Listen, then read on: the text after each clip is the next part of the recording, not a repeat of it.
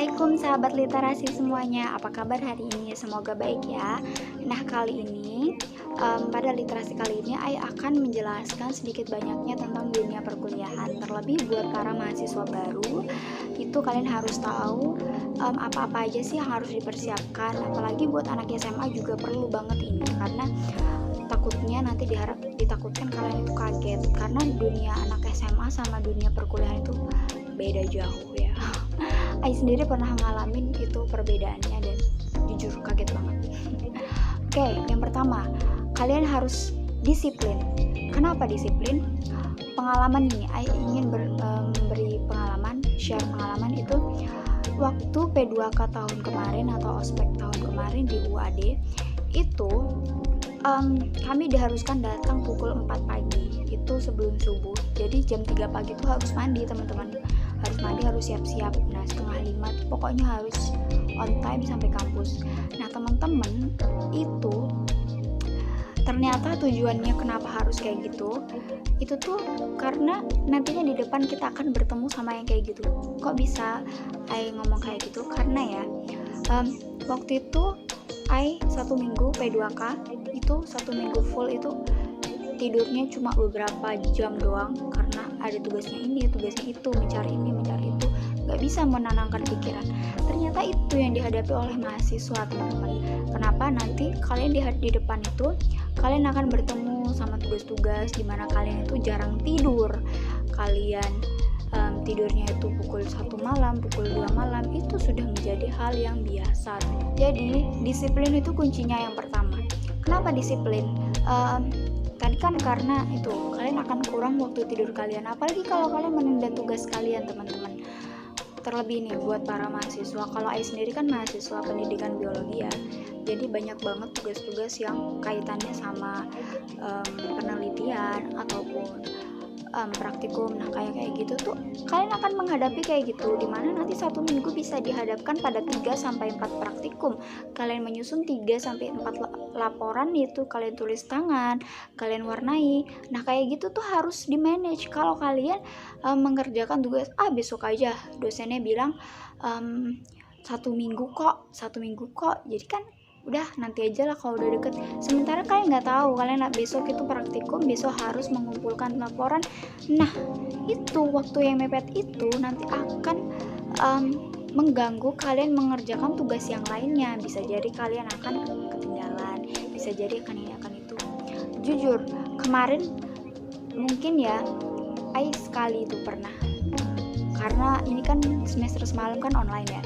Semester semalam online tuh ada tugas, Ai itu udah ngumpul di Google Class, udah bahkan sebelum waktunya ngumpul sudah Ai kumpul. Tapi karena nggak tahu ya itu sudah disubmit atau belum, ternyata 3 hari kemudian Ai cek ternyata belum Ai submit. Nah itu penyesalannya itu bener-bener yang udah sebelum on time aja bisa kelewatan gitu mencet submit teman-teman. Gimana teman-teman coba yang misalnya waktunya mepet terus lupa mencet submit, apa yang kalian bayangin? Nah coba, untungnya waktu itu dosennya baik, di situ Ai minta maaf dan dikasih keringanan. Coba teman-teman bayangin kalau dosennya galak, ayo bayangin. Nah teman-teman harus mulai dari sekarang tuh mulai disiplin waktu, disiplin dalam mengerjakan tugas ya. Yang kedua teman-teman,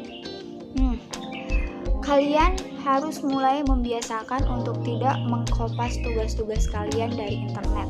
Karena kalau kalian terbiasa mengkopas dari sumber, apalagi sumbernya tidak jelas, itu kedepannya kalian akan jadi terbiasa teman-teman, terbiasa berbuat curang. Kalau kalian terbiasa berbuat curang, nanti kalau misalnya kalian dihadapkan pada ujian skripsi ataupun membuat proposal penelitian, kalian akan gagal, karena kalian nggak terbiasa membuat ide pemikiran kalian sendiri teman-teman. Misalnya teman-teman semua itu dikasih tugas laporan, suruh ngerjakan laporan ini, tapi teman-teman semua ngambil datanya, atau itu datanya teman-teman nyari sendiri kan, meneliti sendiri, tapi kalian cari landasan teorinya itu dari website yang mungkin Brandly atau mungkin slide.com. Nah, kayak gitu itu kan tugasnya nggak jelas. Nah, kemudian nanti kalian teman-teman menulis daftar pustaka, teman-teman semua menulisnya cuma HTTPS itu kan udah jelas disalahkan sama dosen ya teman-teman. Jadi mulai dari semester 1 misalnya teman-teman belum ada praktikum, belum ada disuruh menulis laporan, kalaupun disuruh itu sesekali menulis laporan, teman-teman coba dibiasain mulai dari semester 1 itu buat disiplin mencari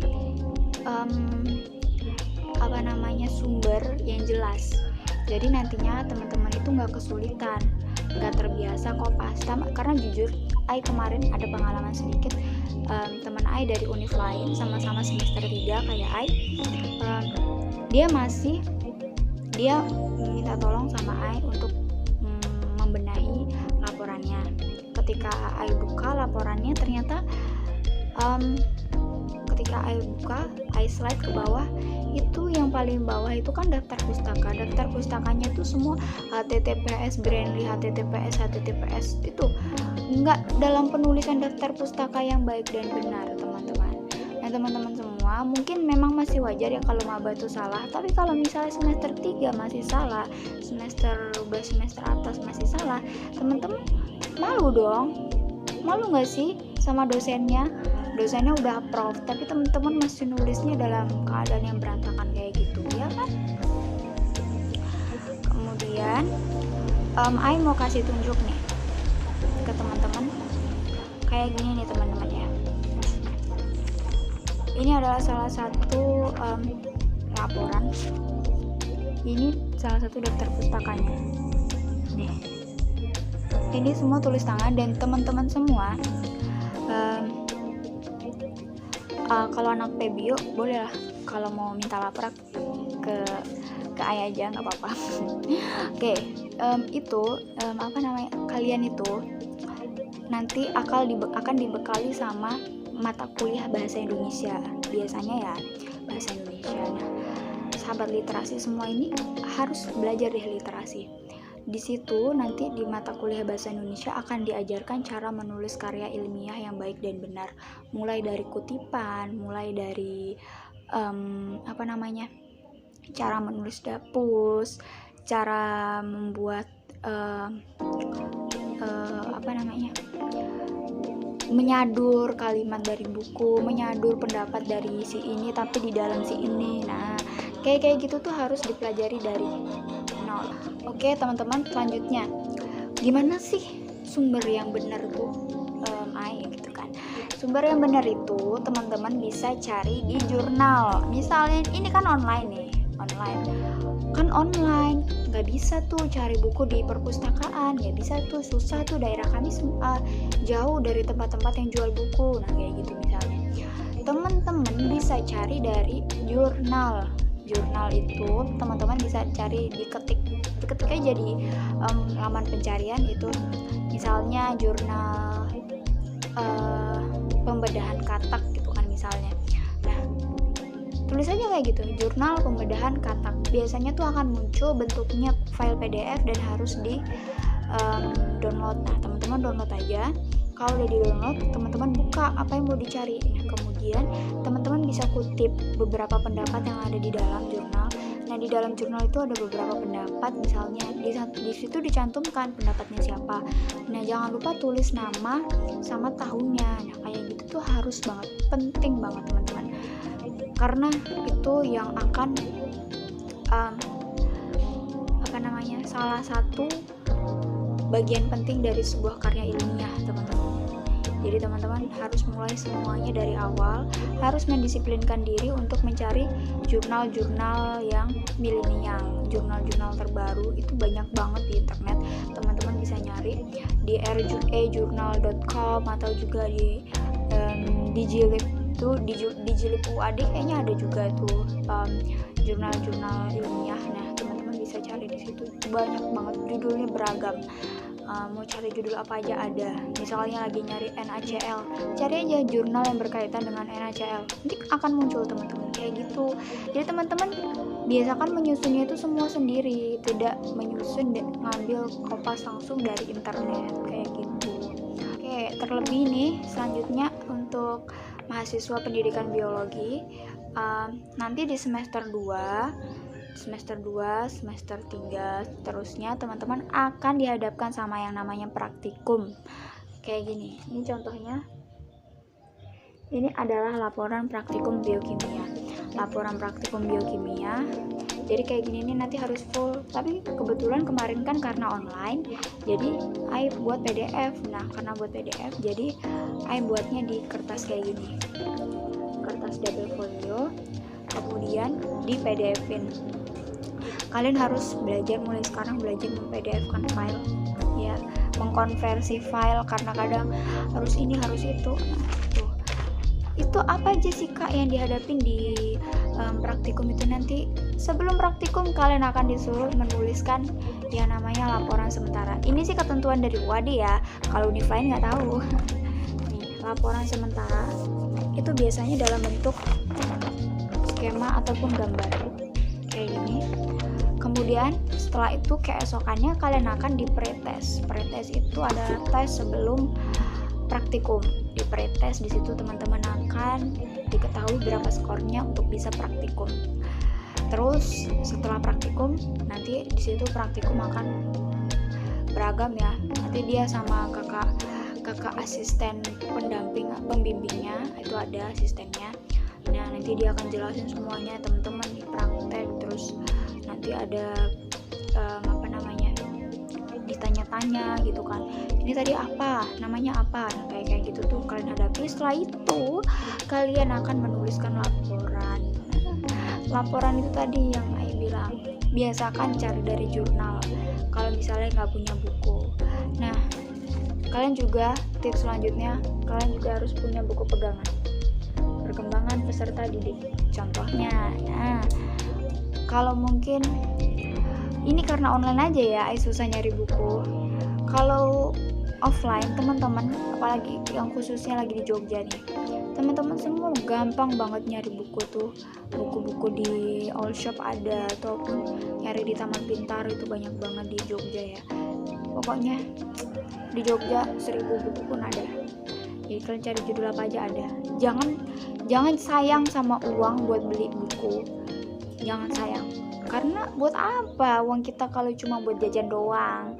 Uang kita habisin buat shopping, beli lipstick, beli bedak, terus beli parfum ya kan? Lebih baik dibelikan buku. Tips selanjutnya, teman-teman harus humble. Jadi orang humble, jangan terlalu sombong. Jadi ajak semua orang bicara. Kalau kalian nggak kenal orangnya, kalian ajak bicara. Misalnya kalian ada butuh apa, kalian harus ajak bicara. Karena kita di sini nggak boleh malu. Kita di sini dibimbing untuk bisa jadi berani, untuk bisa jadi pede, mentalnya kuat. Nah kayak gitu ya teman-teman. Terus kalian harus deket ini sama kakak tingkat. Kalian harus punya teman satu aja minimal kakak tingkat yang bisa membantu kalian. Karena kalau kalian cuma usaha sendiri itu nanti akan susah ke depannya. Dulu Ai tuh kayak gitu ya teman-teman. Dulu tuh awal-awal tuh suka malu, kadang kenalan sama kakak tingkat itu suka malu. Tapi kalau misalnya memang ditugaskan buat ngomong sama kakak tingkat, harus ngomong kayak gitu. Karena kita nggak mau, misalnya kalian butuh contoh laporan praktikum, pasti mintanya sama kakak tingkat kan yang udah pernah praktikum. Nah kayak gitu. Dan ini ya, biasanya teman-teman maba itu heran, perasaan nggak pernah deh nampak lihat wajah itu waktu P2K, nggak pernah deh lihat wajah itu waktu ospek. Kok dia ada di kelas ya, kok sekelas ya, siapa ya? Itu biasanya kakak tingkat ya teman-teman. Kakak tingkat itu biasanya ngulang. Gimana sih yang dikategorikan ke dalam mahasiswa yang ngulang? Nah biasanya mahasiswa yang ngulang itu, ini kan misalnya semester ganjil nih, dia semester ganjil itu dianya udah ngikutin, tapi misalnya jarang datang, lebih berapa absennya tuh melebihi batas, atau dia tidak hadir melebihi batas, kemudian dia tidak hadir ujian, nilainya jelek. Nah itu kan pastinya kan ngulang tuh. kalau dia ngulang itu biasanya ngulangnya di semester ganjil lagi. Misalnya nih, tadi di semester 1 tuh leha-leha, dia melakukan banyak kesalahan, akhirnya dia ngulang, nanti dia akan kembali lagi mengulang di semester 3 teman-teman. Terus misalnya di semester 2 dia kayak gitu, nanti dia akan mengulang mata kuliah itu di semester 4. Nanti tuh kita kan diberi jatah, misalnya jatah kita tuh semester ini 24 SKS. Terus mata kuliah wajib udah dipilih, udah dapat 20 SKS, mata kuliah pilihan udah dapat 2 SKS gitu misalnya. Masih ada 2 sisa 2 SKS misalnya gitu kan. Nah, masih ada sisa 2 SKS dan kita ngulang nih yang mata kuliah ini kemarin. Nah, itu biasanya yang dimanfaatkan buat ngulang, teman-teman. Kayak gitu ya. Jadi jangan heran kalau ada wajah-wajah yang berbeda di kelas kalian. Nah, itu aja kenalan aja, karena kakak tingkat itu lebih berpengalaman dari kalian. Kalian bisa tanya-tanya sama kakak tingkat itu. Kemudian, teman-teman, kalau misalnya punya dosen matematika, misalnya teman-teman dapat mata kuliah matematika dasar atau statistika dasar, teman-teman harus siapin yang namanya tabel distribusi. Kenapa? Kalau teman-teman mengandalkan yang namanya kalkulator, itu nggak akan ada yang bisa dihitung karena datanya ada di dalam tabel distribusi. Jadi teman-teman harus nyiapin tabel distribusi. Oke? Terus kemudian teman-teman semua harus fokus sama tujuan kalian. Jangan tujuan kalian itu cari pacar di kampus, cari kakak tingkat yang ganteng, atau mungkin sambil ini, sambil main, sambil ini, besok aja lah ngerjain tugasnya ini dulu. Nah, kalau teman-teman leha-leha kayak gitu, biasanya tugasnya nggak kelar-kelar. Kalau nggak kelar-kelar, nanti banyak banget mata kuliah kalian yang ngulang ya teman-teman. Gitu, oke? Nah, tips satu lagi, teman-teman kayaknya udah dapat di P2K ya, atau di ospek kalian. Teman-teman kalau mau ngechat dosen itu harus pakai bahasa yang santun, ngucapin salam. Kemudian teman-teman bisa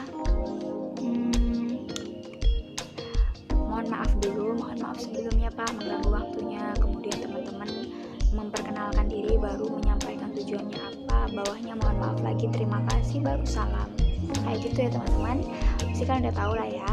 Oke, udah dulu ya. Kalau teman-teman mau tahu lebih dalam lagi, besok kita akan bahas lagi kalau ada waktu. Oke teman-teman semua.